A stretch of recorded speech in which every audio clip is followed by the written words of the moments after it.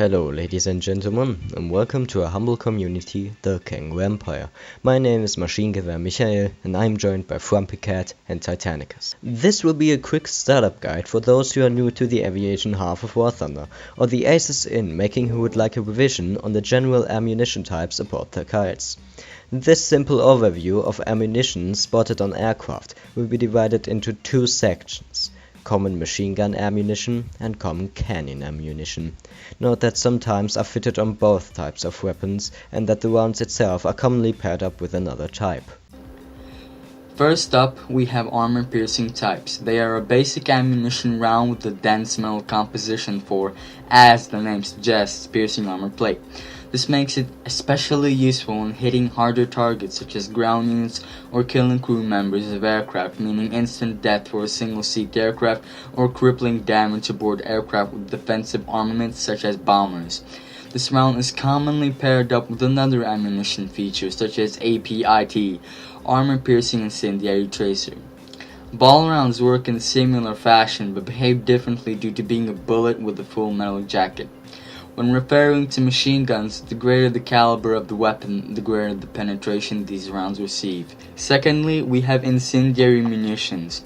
This round comes in several forms when it is mixed with another ammo type, such as incendiary tracer rounds. This round is a favorite with machine gun armed aircraft, because general structural damage is harder to achieve with machine guns. Aircraft fires become your closest ally. Fires usually mean death for any aircraft, making this round powerful comparatively to other types. These rounds are at their strongest when armed in 50 caliber machine guns, especially the American Browning M2 M350 cal series. Similar in name but different in composition to the common incendiary round is the immediate action incendiary round. While the name says incendiary, it's actually a small high explosive tracer round, but in very limited capability, especially against all metal warbeds. This round is quite rare, only being seen in select few guns such as the German MG131, the Soviet Berezin UB machine gun, and the Japanese Type 3 machine gun.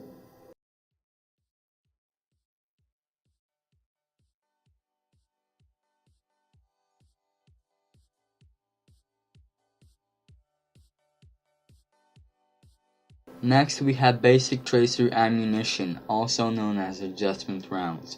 These rounds are unique in many aspects.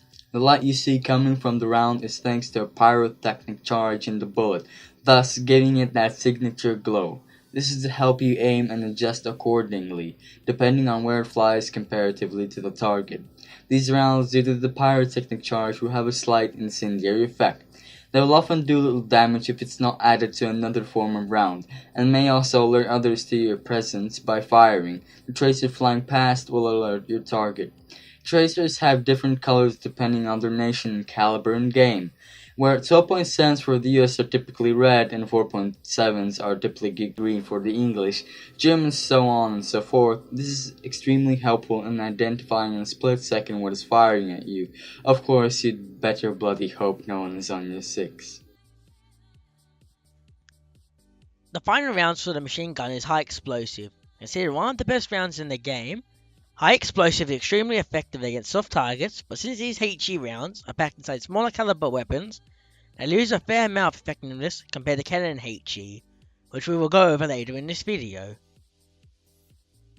First, in the common ammunition section are both practice shells and AB shells. They serve a similar purpose, although the composition of practice and AB shells are different between nations. They both have their own unique advantages. Where both AB and practice shells perform similarly, the AB shell has more penetration, whereas the practice shell causes more damage to heavy-duty modules such as the engine. The greater the caliber of the weapon, the more damage and penetration the shells get. The Mark 103 for the Germans gets an insane 85mm of penetration at 500 meters. Another thing to note is that 20mm AB has extremely poor performance across the board regardless of nation, whereas US Browning M2 M3 series AB rounds outperform 20mm, so it's recommended to stick to dedicated underground cannons for striking hard targets. Then there's HVAB, HVAP, a round that increases the penetration of standard AB but reduces its bow's penetration damage. This round has its effectiveness dramatically reduced by both angle of attack and distance. You'll find this shell quite uncommon on aircraft, only being armed on big guns such as the HS-129B3, commonly known as the Duck. Depending on nation, you'll find HFAB more common than APCR. This round is carried on the infamous Mk103 guns. Next, we have the most potent of the cannon rounds, the HE types. These rounds are ideal ammunition for hitting air targets, where in many cases a small burst is all you need to rip apart an enemy fighter. But HE has its limitations, as it doesn't perform well on larger, more armored targets such as bombers, and require more focusing fire on a single section of the aircraft to get the killing blow. Germany arguably has the deadliest HE type in the game, sporting the famous Minengeschoss round. Once again, we talk about the Incendiary round, just this time for cannons. This round, compared to Incendiary fired from MGs, loses its value for killing power, having though a bigger punch. The volume of fire is possible from a cannon reduces its effectiveness massively. Besides, HE is the optimum round for air-to-air combat. Now we move on to fragmentation shells. These shells, upon impacting an enemy aircraft, split up, causing many smaller projectiles to spread out from the epicenter and cause damage to the aircraft. Typically, the aircraft skin and structure gets damaged, but occasionally internal modules may get hit, albeit not very badly. These shells are only found in Russian aircraft, typically the Schwag cannon mounted on most Russian aircraft of the Second World War. Thanks for watching our video. If you have learned something and enjoyed this one, please give us a like and subscribe for more content similar to this. Check out our tank ammo video if you require similar levels of help in that area, and join us on Discord. Thank you very much for watching, and we will see you in the next video. Go f*** yourself. You ready for some autism?